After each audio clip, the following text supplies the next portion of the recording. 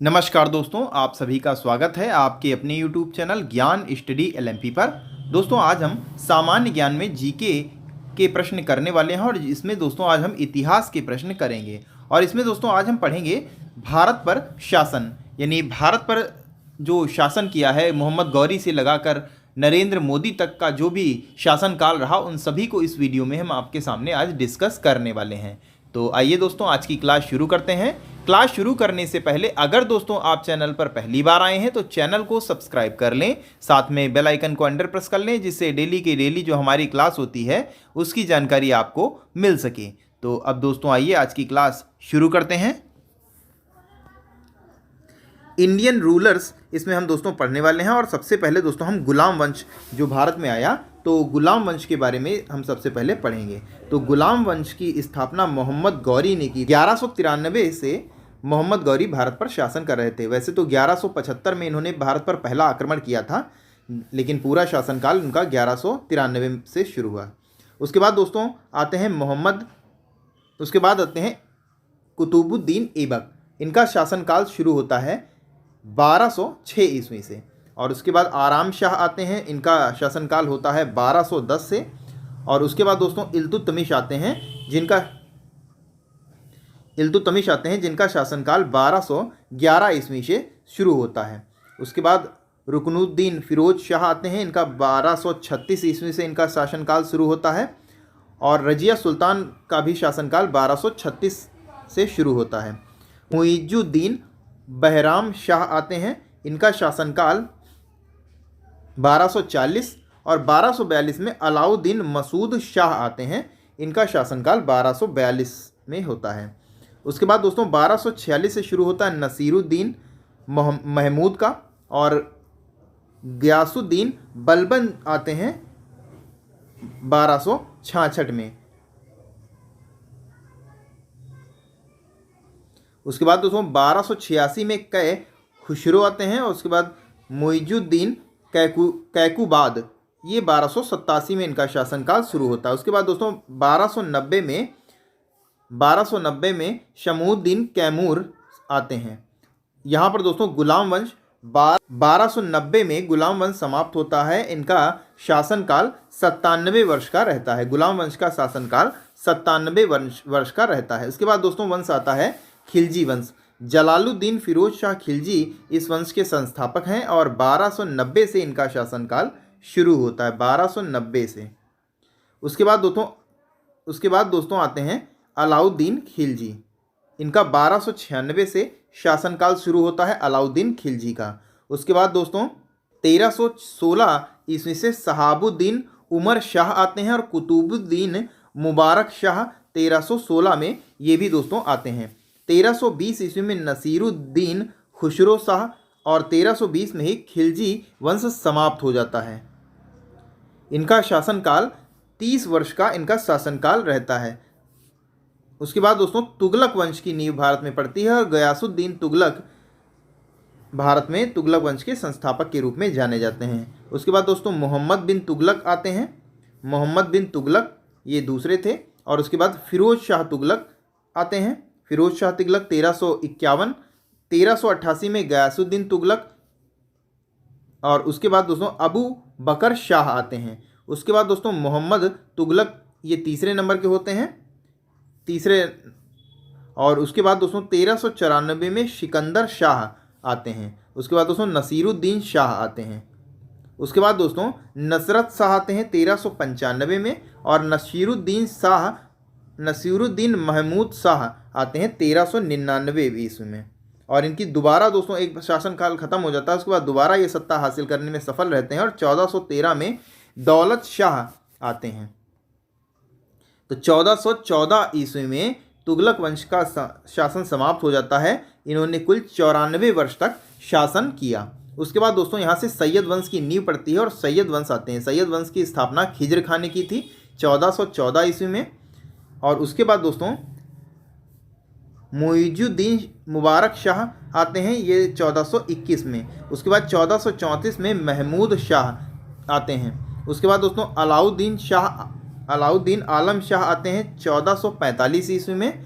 यहाँ पर दोस्तों सैयद वंश समाप्त होता है। इन्होंने कुल 37 वर्ष भारत पर शासन किया है। उसके बाद दोस्तों लोदी वंश की यहाँ पर नींव रखी जाती है। बहलोद लोदी इसके संस्थापक हैं और 1451 से इनका शासनकाल शुरू होता है।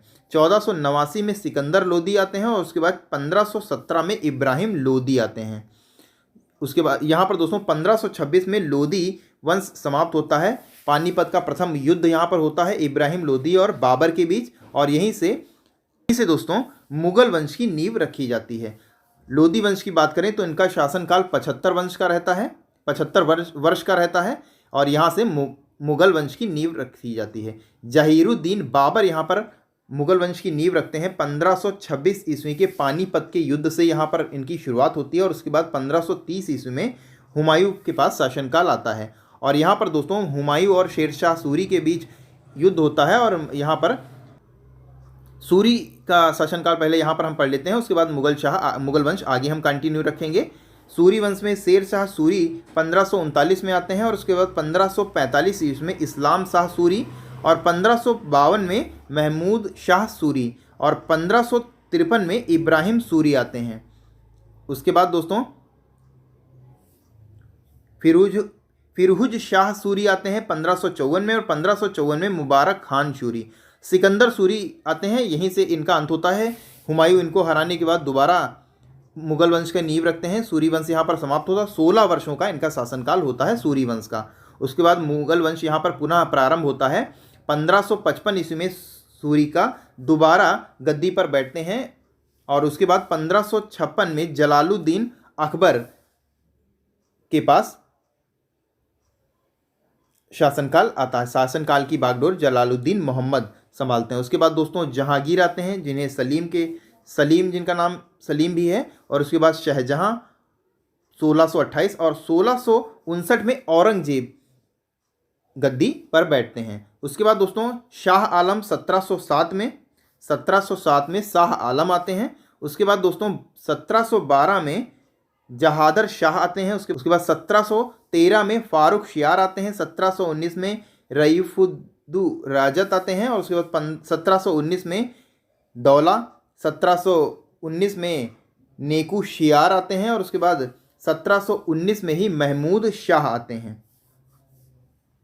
1748 में अहमद शाह आते हैं। 1754 में आलमगीर, 1759 में शाह आलम और 1806 ईस्वी में अकबर शाह आते हैं। और मुगल वंश के अंतिम शासक बहादुर शाह जफर मुगल वंश के अंतिम शासक होते हैं। इनका 1837 तक इनका शासन, 1837 में ये गद्दी पर बैठते हैं और 1857 में मुगल वंश यहाँ पर समाप्त हो जाता है। और इनका शासनकाल की बात करें तो भारत का सबसे लंबा शासनकाल रहता है। 315 वर्षों का इनका शासनकाल रहता है। और उसके बाद दोस्तों यहाँ से अंग्रेजों का, ब्रिटिश काल का यहाँ पर आगमन होता है। और 1858 में लॉर्ड कैनिंग यहाँ पर प्रथम वायसराय के होते हैं। उसके बाद लॉर्ड जेम्स ब्रूस एलिंग 1862 में और 1864 में लॉर्ड जॉन लॉरेंस, 1869 में लॉर्ड रिचर्ड मेयो और Lord नॉर्थबुक 1872, Lord Edward Latin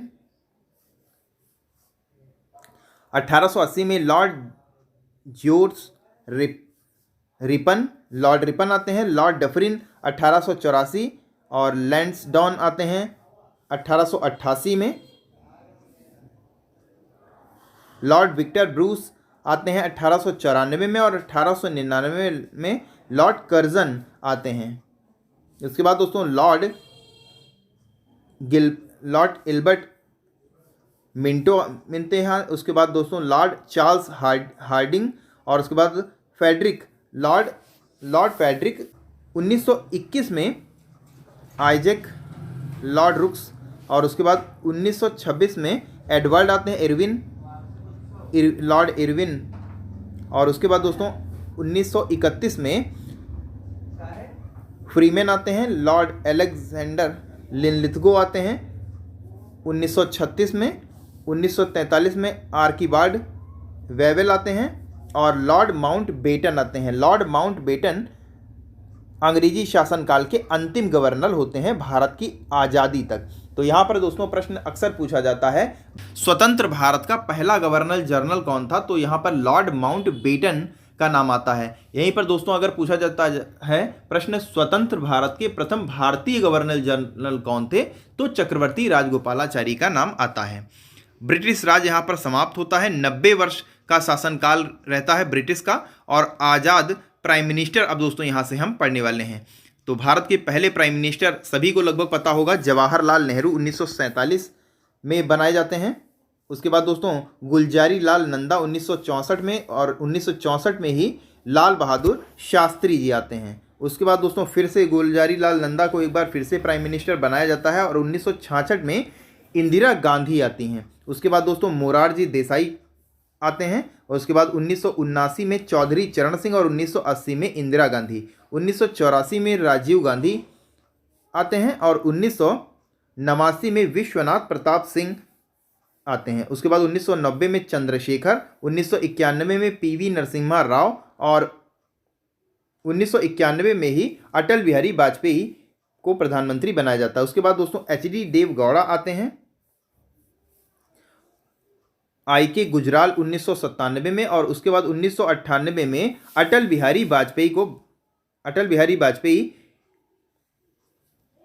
Bharat के प्राइम मिनिस्टर बनते हैं। और 2004 में डॉक्टर मनमोहन सिंह, और उसके बाद में 2014 से अभी तक नरेंद्र मोदी भारत के प्राइम मिनिस्टर हैं।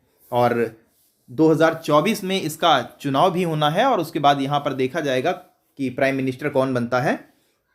तो कैसी लगी दोस्तों आज की जानकारी, आपको कमेंट करके बताना है। और अगर दोस्तों आज की जानकारी आपको अच्छी लगी हो तो वीडियो को लाइक करें और ज़्यादा से ज़्यादा शेयर करें। और अगर दोस्तों आप चैनल पर पहली बार आए हैं और अभी तक आपने चैनल को सब्सक्राइब नहीं किया है तो चैनल को सब्सक्राइब ज़रूर कर लें। तो इसी के साथ दोस्तों आज की क्लास हम यहीं पर समाप्त करते हैं। मिलते हैं अगली क्लास में, तब तक के लिए नमस्कार, जय हिंद, जय भारत।